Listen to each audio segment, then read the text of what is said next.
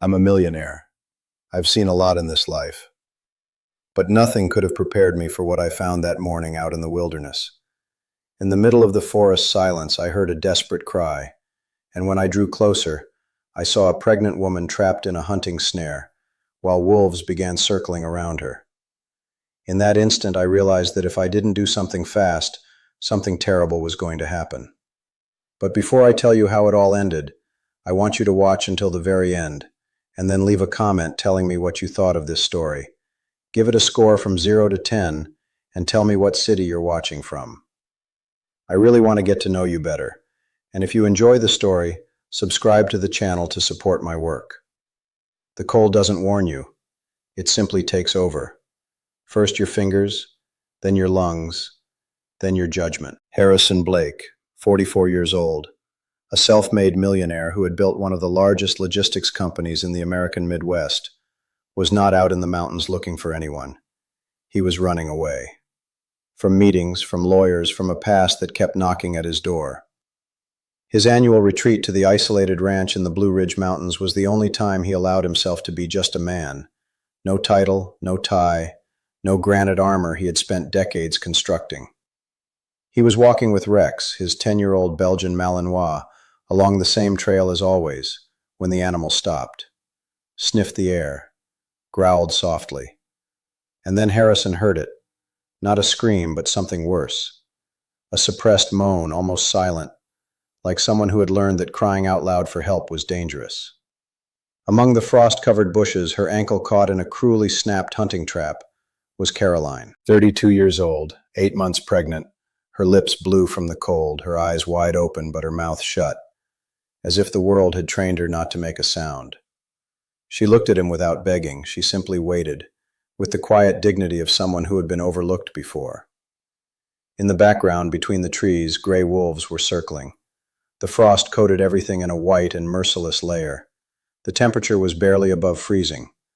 Harrison could have calculated the risk. It was what he did best. But something older than reason spoke louder. A wound he had carried for 30 years, buried under concrete and money. He dropped to his knees on the frozen ground and got to work on the trap. Freeing Caroline was neither quick nor simple. The mechanism was rusted, and Harrison's gloves made it hard to move his fingers. Rex, trying to drive off the wolves that were edging closer, ended up injuring his front paw on a second hidden snare buried under the snow.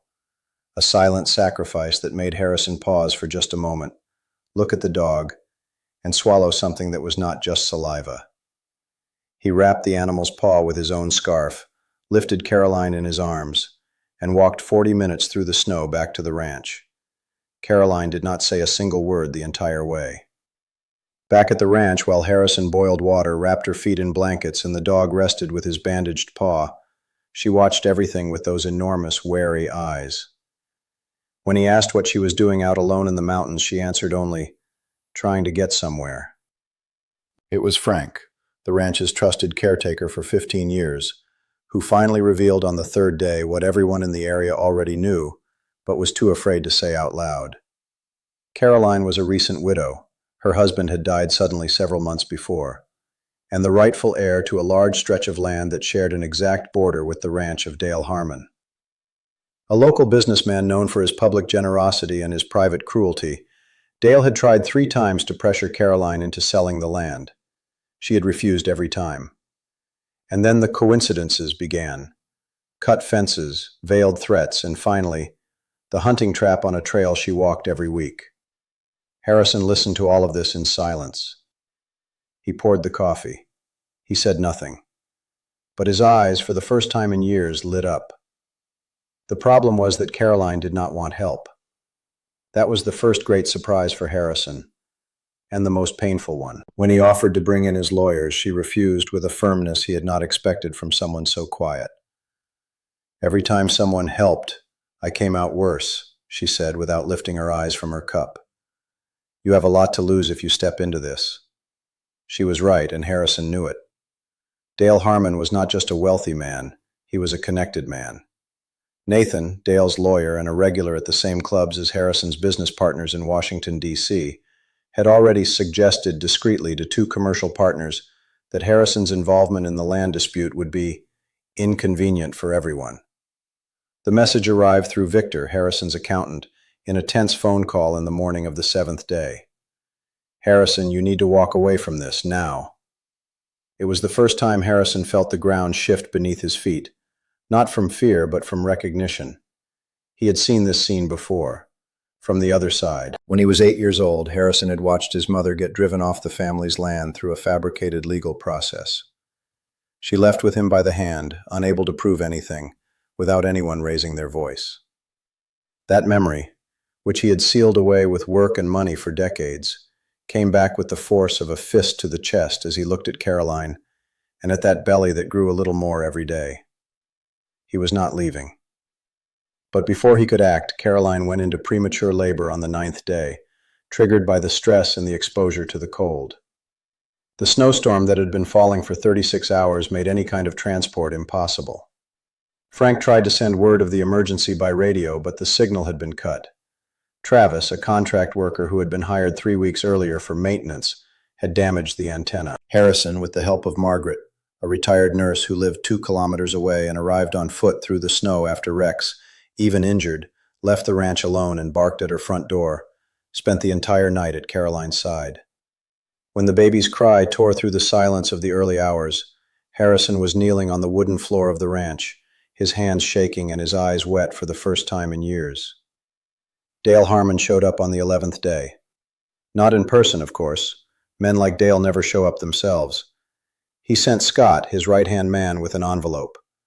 Inside was a purchase offer for Caroline's land at below market value, along with a document that, in the fine print which Diane, the lawyer Harrison had hired, identified immediately, automatically transferred the custody of the land to Dale in the event of incapacity of the owner. The date on the document predated the birth of the baby. Harrison felt physically sick reading it, but what came next was worse. Diane discovered that the county clerk's office that had originally registered Caroline's land deed had a silent partner, Dale Harmon. That meant any judicial challenge would run on poisoned ground, and the records could be altered before an outside judge gained access. They needed the original documents, which were in a box at Caroline's house on the other side of the mountain, down a road that Dale controlled through an agreement with the local county administration. The third twist came like a punch. Sandra, Caroline's sister who had promised unconditional support, was found by Harrison in an intercepted call speaking with Scott. She was not a traitor out of malice. She was frightened, pressured, with 2 small children and a job that depended on a company that supplied Dale. But the result was the same. The person Caroline trusted most was, without meaning to, feeding the enemy information. When Harrison revealed this to Caroline, she went so quiet that he grew worried. Then she said only, "I knew the world was like this. I just didn't want it to be true." The blow that nearly broke everything came on the 17th day. Dale was arrested. Briefly. An anonymous tip, filed by Gloria, a local government employee with an old score to settle with Dale, resulted in a detention that lasted exactly 4 hours. When he walked out, Dale was smiling. His lawyers had secured an outrageous bail, and he was back on the street before nightfall. On his way out, as Victor reported to Harrison with a trembling voice, Dale said only, "People who get in my way learn to regret it." The following day, the bank where Caroline held her only account froze all her funds over a registration irregularity that Linda, the local branch manager and a close acquaintance of Dale's, had flagged internally. Without money, without access to the county records, with a newborn baby and a political storm all around her, Caroline finally cried, not from despair, but from exhaustion. That silent, contained crying without drama was more devastating to Harrison than any scream would have been. It was that night that he told her what he had never told anyone, the story of his mother, the lost land, the 8-year-old boy who swore that when he grew up and had power, he would never let that happen to anyone else. "I broke that promise for 30 years, he said, his voice rough. "I'm not breaking it again." An unexpected blizzard, the worst in 15 years across the Blue Ridge, blocked every road Dale controlled on the 20th day, isolating his men and preventing any movement. The same storm that had seemed like yet another obstacle became the shield Harrison needed. With Frank guiding them through cattle trails that no outsider knew, Harrison reached Caroline's house, recovered the original documents, and photographed them in duplicate before sending them to Diane and to a second attorney in Richmond. The journey was physical, grueling, and dangerous. He came back with mild hypothermia, his lips bluish, his fingers numb. Margaret treated him at the ranch while Rex, still limping, lay at his feet and refused to move away. Diane worked through the night. Linda, caught off guard by an external audit that Gloria had quietly triggered weeks before without anyone knowing, was temporarily suspended from the bank, and Caroline's account was unblocked on the morning of the 21st day. The fraudulent deed document was challenged on the basis of the originals and referred to a federal judge in Washington, D.C., far outside the reach of Dale's influence. Dale Harmon was not arrested again. Not yet, but his business partners began to pull back. His phone calls stopped being returned, and Scott resigned without explanation. Something invisible had shifted around him, as though the air in his vicinity was slowly becoming unbreathable. Nobody could explain exactly how or why. It was as if fate had quietly taken note. On the 21st day, as the late afternoon sun turned the fresh snow golden outside, and the baby slept in Caroline's arms, Harrison sat on the porch with Rex beside him, his paw still bandaged, but his gaze at peace. Frank brought coffee without being asked. Margaret called to check in. Even Sandra, her voice breaking, called to ask her sister for forgiveness. Caroline looked at Harrison and said, for the first time without heaviness in her voice, "Why did you stay?" He took a long time to answer. Then he pointed at Rex. "He stayed first." She laughed, small, contained, but real. The first genuine laugh in months. No contracts were signed, no grand promises were made. But when Harrison left 3 days later heading back to Chicago, there was a number saved in Caroline's phone, and a silent agreement between two survivors. That some debts are not financial, and some bonds do not need words to be permanent. And up in the mountains the cold continued, but inside the ranch there was fire. If you enjoyed this video, please subscribe to my channel. I promise to bring you videos every day that will make your life a little happier. Leave a comment telling me what you thought of my story. Give it a score from 0 to 10, and thank you so much.